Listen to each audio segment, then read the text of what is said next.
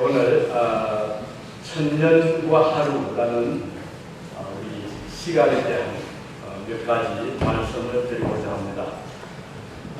매 4년마다 세계적으로 열리는 올림픽 경기에는 여러 가지 다양한 종목들이 있습니다. 그 중에서 올림픽 경기의 꽃은 마라톤이라고 하잖아요.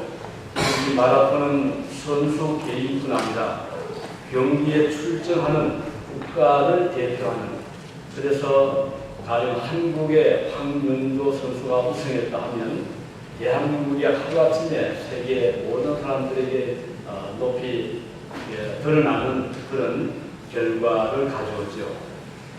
그렇지만 이 한 사람이 마라톤에서 우승하기까지는 누구도 알지 못하는 그런 오랜 세월 동안의 훈련과 눈물과 고통이 따르는 맹 훈련을 했기 때문에 가능한 것입니다. 아마 우리 여기 오레곤은 마라톤의 고장임을 여러분들이 아실 겁니다. 우리 한국에서도 이 황 선수도 그렇고 여러 마라토너들이 이곳에 와서 이 전지 훈련을 했던 곳이 바로 유진 이곳이었어요. 하지만은 그런 영광을 얻기까지는 그들이 자기와의 아주 처절한 그런 싸움을 싸워서 승리한 결과로 우리에는 월계관을 받아서게 됩니다. 이 마라톤에게 있어서는 처음부터 끝까지 어떤 그런 진액을 쏟는 목적이 월계관을 쓰는 데 집중을 하고 있기 때문에 우승하는 순간 그동안의 모든 고생을 다 잊어버릴 수가 있는 것입니다. 선수들 가운데는 이 한순간에 도달하기 위해서 10년 또는 그 이상의 세월을 거쳐서 이런 영광을 얻게 되는 경우들이 있습니다. 이렇게 될 때 그 오랜 인고의 세월은 고통이 아니라 오히려 보람이 되고 기쁨으로 찾아오는 것이죠. 우리 일생을 마라톤 경주에 비유할 수 있습니다. 인생을 마라톤 경주에 비유하는 것은 특수한 경우를 제외하고 인생은 보통 7, 80년이라는 오랜 세월의 순례의 길을 경주를 해야 되기 때문입니다. 이 사람이 한평생을 살아감에 있어서 이 긴 70년이든 80년이든 이 긴 세월 동안 달려가는데 각 사람마다 살아가는 그 목표, 목적, 생의 의미가 다를 수가 있습니다. 어떤 사람은 나는 돈을 버는 것이 최고의 목적이다 해서 열심히 눈만 뜨면 돈 버는 그런 생각을 할 수가 있습니다. 그래서 은행의 부자에 점점 돈이 많아지고 부동산이 점점 더 늘어나고 사업이 번창할 때 보람을 가지는 사람들이 많이 있습니다. 어떤 사람은 사회적으로 인정받는 높은 관직의 자리에 앉는 것을 최상의 목표로 삼는 자들이 있습니다. 어떤 사람은 관심을 가지고 있는 연구하는 그 분야에서 학위를 몇 개씩을 받고 또 새로운 것을 발명하고 또는 새로운 예술 작품을 만들어 내므로써 거기에 만족을 얻으려는 자들도 있습니다. 이렇게 모든 사람에게는 그들 자신의 생의 의미와 가치가 집약된 목표점이 있습니다. 그런데 우리가 살고 있는 이 현지 세상에서 이런 목표를 정하고 또 여기에 도달하는 그 순간 기쁨이 아주 클 수가 있잖아요. 야, 내가 목표를 이루었구나. 우리 유학생들은 그동안 5년, 10년 공부를 해서 학위를 받았단 말이에요. 얼마나 기쁜지 모릅니다. 지난번에 한 우리 유어고 출신 또 우리 교회 출신 젊은 청년이 전화를 걸어왔어요. 오랜만에. 목사님 저 누구입니다. 바로 알잖아요. 우리 교회 웹페이지를 만들어 주었던 천종필 씨입니다. 아, 선생님 지금 어떻게 지내십니까? 예, 목사님 저 하길 바랐습니다. 정말 하길 바랐습니다. 그리고요, 제가 저 텍사스주의 대학교에 교수로 임용이 됐습니다. 그 대답, 그 말을 하더라고요. 천종필 씨가 이곳에 올 때는 저에게 한국에서 전화를 걸어왔어요. 목사님, 제가 잘 누군지 모르지만 초면에 죄송하지만 제가 아무시에 유진해 갔는데 좀 도와주시면 감사하겠습니다. 도와드리죠. 그래서 공항에 나가서 그분을 제가 픽업해서 저희 집에서 며칠 동안 어린아이 딸 하나, 부인 셋이 보더라고요. 저희 집에서 며칠 동안 이제 묵게 하고 학교에 이제 데려가서 학교 구경도 시키고 그랬던 청년이거든요. 그 청년이 여기서 요새 공부를 하고 이제 공부를 좀 한 다음에 저기 테네시주로 박사과정에 입학이 되어서 내려간 지 어제 같은데 학위를 받고 미국 대학의 교수가 됐다는 반가운 소식을 전해왔습니다. 얼마나 기뻐하는지 몰라요. 자, 이런 경우 참 기쁘잖아요. 그런데 이렇게 우리 각 사람은 자기 나름대로의 목표가 있고 그 목표에 이르는 순간 온 세상 어둠 같은 그런 기쁨을 가지게 되잖아요. 그런데 이제 우리 사람은 그것만 가지고 과연 만족할 수 있는가? 아니잖아요. 어느 한 단계 올라가면 또 더 높은 언덕이 보입니다. 또 산이 보입니다. 자, 저기 또 올라가야지. 이렇게 일생을 계속해서 추구하며 살아가다가 나중에는 이제는 더 이상 올라갈 기력도 없고 건강도 안 되고 수명도 안 되고 그때는 이제 이 세상을 떠날 준비를 하는 이것이 우리 인생이라고 할 수가 있습니다. 그런데 많은 사람들이 경험 속에서 그 목표에 이르는 순간 잠깐의 기쁨을 얻지만 어느 순간인가 그 이상의 더 많은 꿈을 또 가지게 되는데 사람이 그 꿈을 다 채워줄 수 있는 것은 이 세상에 없다는 겁니다. 얼마 뒤에 허무와 허탈감에 빠지게 되는 것이 일반적인 경향이라고 합니다. 그렇지만 우리 성경에 보면 성경에 등장하는 인물들의 생애 경험은 우리가 느끼는 그런 경험과는 다릅니다. 성경의 많은 그리스도인들은 허탈감으로 생을 마감하지를 않습니다. 그들 자신들이 걸어온 인생의 여정이 길고 앞으로 남은 살아갈 수 있는 삶의 기간이 짧을수록 생의 허물을 느끼는 대신 희망과 그리고 소망을 경험하고 있는 것입니다. 가령 사도 바울의 지난 날들을 돌이켜보면 그는 얼마나 고생을 많이 했잖아요. 애도 많이 받고 잠도 못 자고 굶기도 하고 그리고 또 어디 도움을 받지도 못하고 사례를 한 푼 받지 못하고 들어놓은 연금도 없고 보험도 없고 바울 자신이 가진 것이라고는 아무것도 없는 그런 사람이었지만 그는 어느 한순간도 힘들다 왜 이렇게 살아야 되나 이런 원망을 우리가 읽어볼 길이 없습니다. 전혀 없어요. 항상 사도 바울 마음속에는 감사가 넘치고 하나님의 은혜를 어떻게 갚을 것인가 어디 가서 이제 이 주의 복음을 전할 것인가 매일같이 걱정하고 염려하는 그 일호의 걱정은 복음을 더 많이 전하고 주의 사랑을 더 많은 사람들에게 알리고 싶은 것이 그의 삶의 목표였습니다. 그는 나이가 들어서 이제 순교에 나를 얼마 앞두고 로마에 감옥을 갇히게 됐잖아요. 그런데 그가 이런 말을 했습니다. 이제 후로는 나를 위하여 의의 멸관이 예비되었다. 보세요.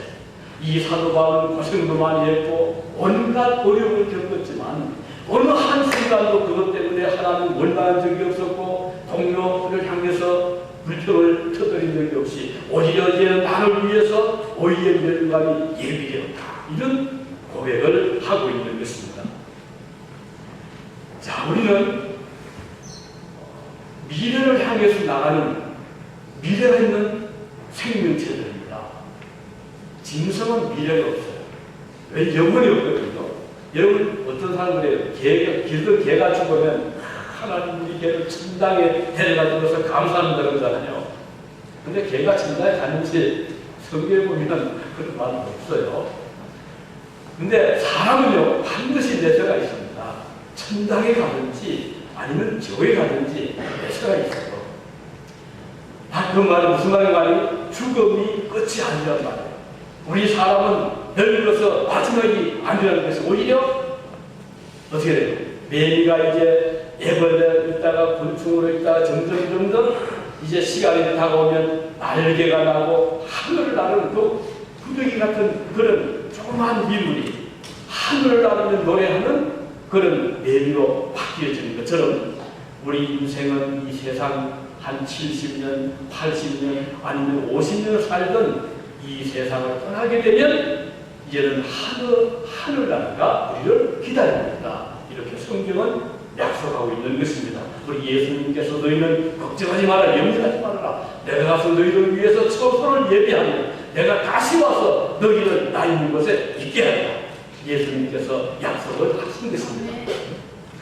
그래서 우리에게는 영원의 시간이 있습니다.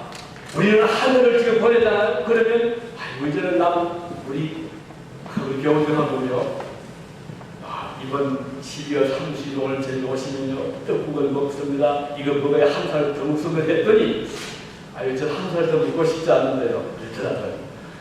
이렇게 우리가 지나가는 세월이 아쉽긴 하지만 우리 그리스도인들은 그렇지 않잖아요. 하늘을 보낸다는 것은 주님을 만날 한 해가 더 가까워진다는 말입니다. 꿈에도 그리는 예수님, 나를 사랑하신 주님, 나를 위해서 기도하고 계시는 그 주님을 만날 날이 한 해도 가까웠다는 말이잖아요. 그렇게 생각할 때 얼마나 마음 기쁘고 즐거운지 우리는 그래서 세월을 살아가면서 소망을 더 키우게 되는 것입니다. 그 생키비치라는 분이 쓴 그 작품 쿠어바디스라는 그 작품 있잖아요. 주여 어디로 가시냐 쿠어바디스 어디로 가십니까? 로마 언덕에서 이제 베드로가 너무 바퀴가 씌어가지고 도망을 막 가려 하는데 주님이 나타났다. 깜짝 놀라서 베드로가 그 주님 보고 주여 어디로 가시며 쿠어바디스 이렇게 불렀어요.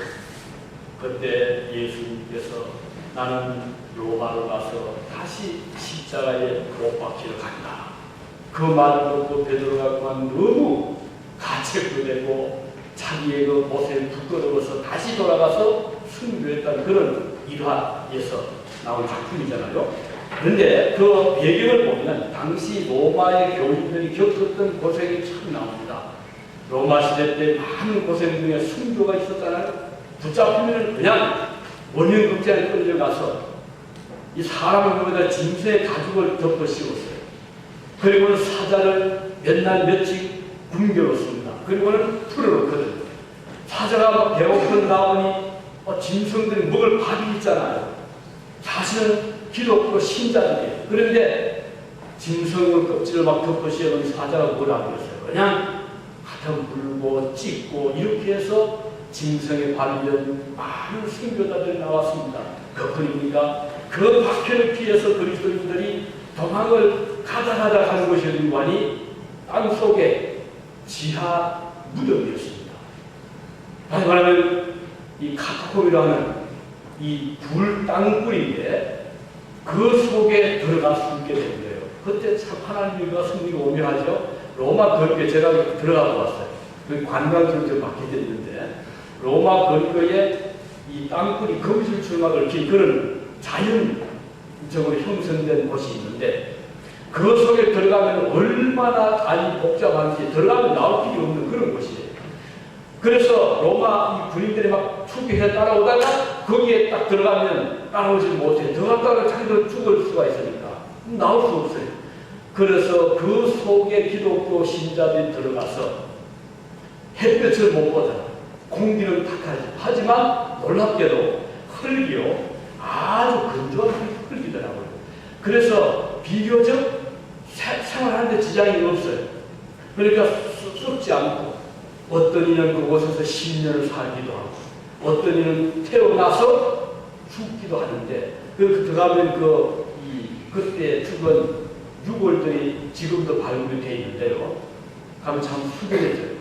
많은 유골이 놀랍게도 어린 아이들의 유골입니다. 그 말은 무슨 말인가니? 그 박해를 피해서 들어갔던 가족들이 아이를 이제 출산했는데 아이가 건강하게 잘 수가 없는 거예요. 햇빛을 못 보고 마른 공기를 보고 어른들이 하고 하더라도.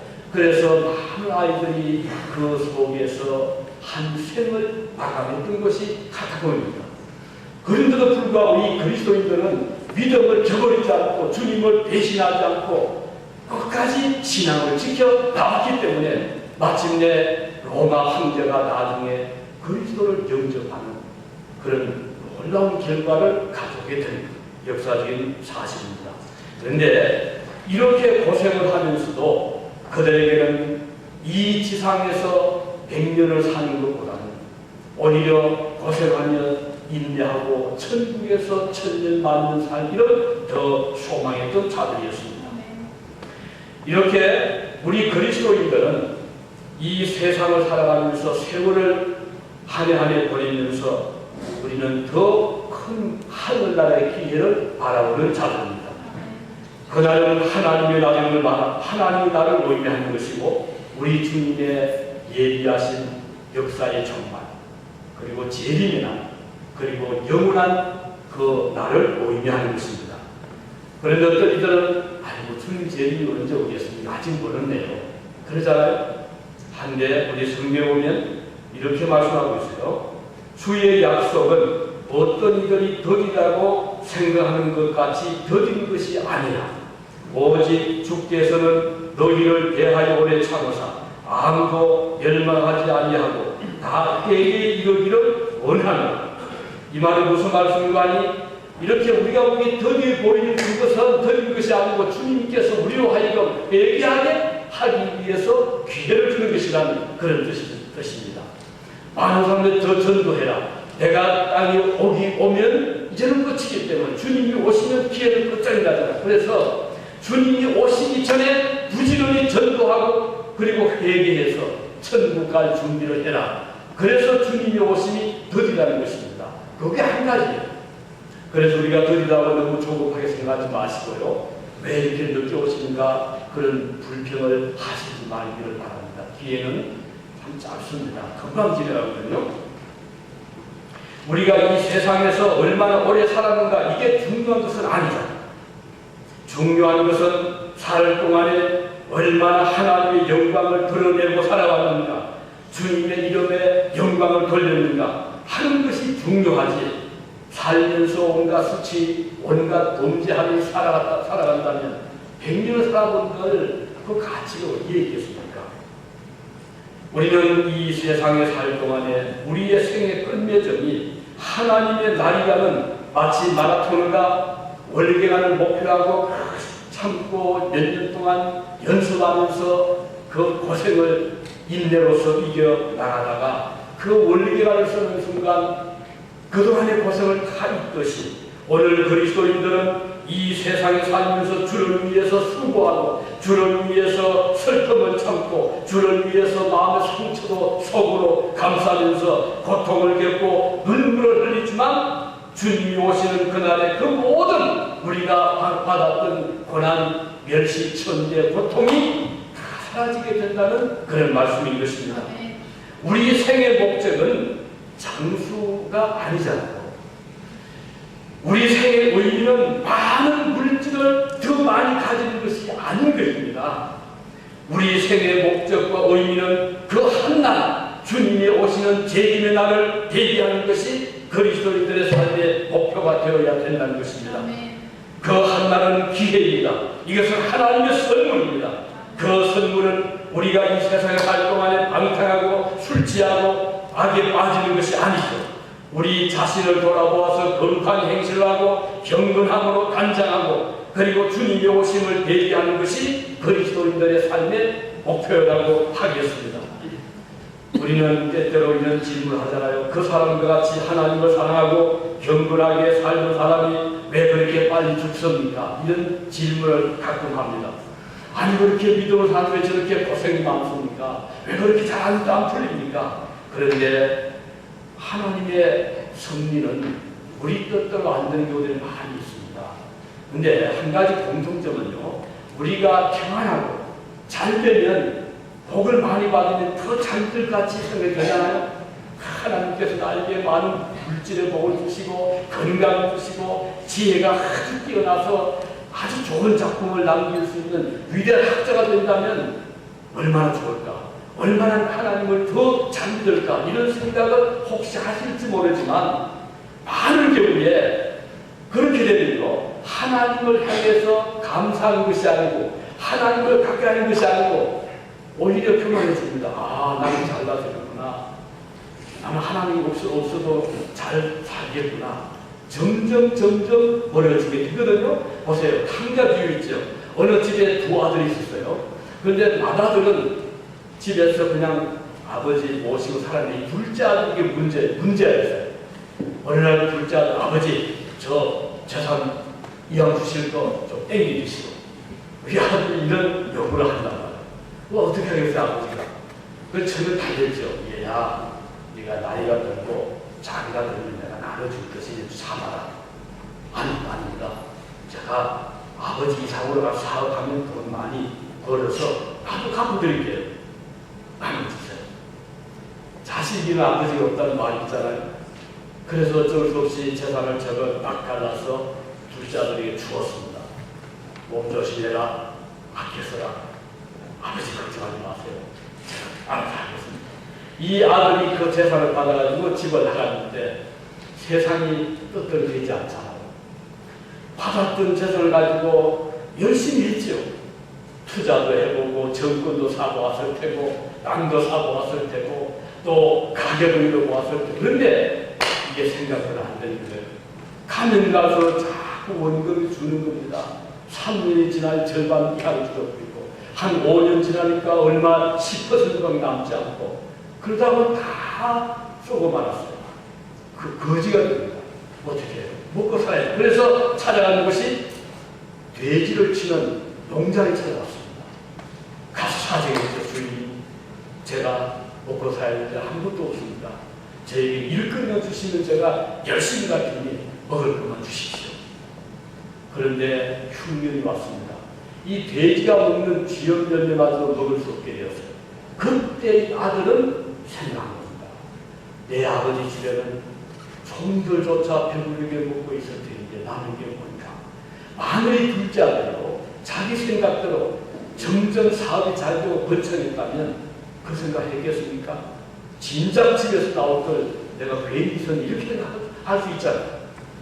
자, 가졌던 거 재산 다 잃고 또 먹을 것이 없어지고 온갖 고생 다 입고 있던 옷은 무더기가 되고, 그때야 이 아들은 아버지의 집을 생각합니다. 이런 경우 참 많아요. 우리 생각에는 뭐든지 잘 되면 하나님께 감사할 같이 생각되지만 현실은 그렇지 않더라고요. 역사를 보면 나라가 잘 되고 부강한 이스라엘 백성들은 그때마다 교만해지고 하나님을 대적하고 하나님 대신에 우상을 섬겼어요. 하나님은 그때마다 징계했잖아요. 외적이 침파게 하고 가난이 가물이 오게 하고 황충이 곡식을 먹게 하고, 이럴 때 백성들은 하나님께 돌아온 거예요. 자, 그런 의미에서 오늘 우리는 지난 한 해 동안 여러분 가정에 개인적으로 환난이 많이 왔거든요. 주님이 나를 부르시는구나, 주님께서 나를 사랑하시는구나, 이렇게 생각하시기를 바랍니다. 우리 성경의 주여, 주는 대대 우리의 거처가 되셨나이다. 산이 생기기 전, 땅과 세계도 주께서 조성하기 전, 곧 영원부터 영원까지 주는 하나님이십니다. 주께서 사람을 뒷걸로 돌아가게 하시고 말씀하시기를 너희 인생들은 돌아가라 하셨사오니 주의 목전에는 천년이 지나간 어제 같으며 밤의 한순간 같을 뿐입니다. 이렇게 말씀했습니다.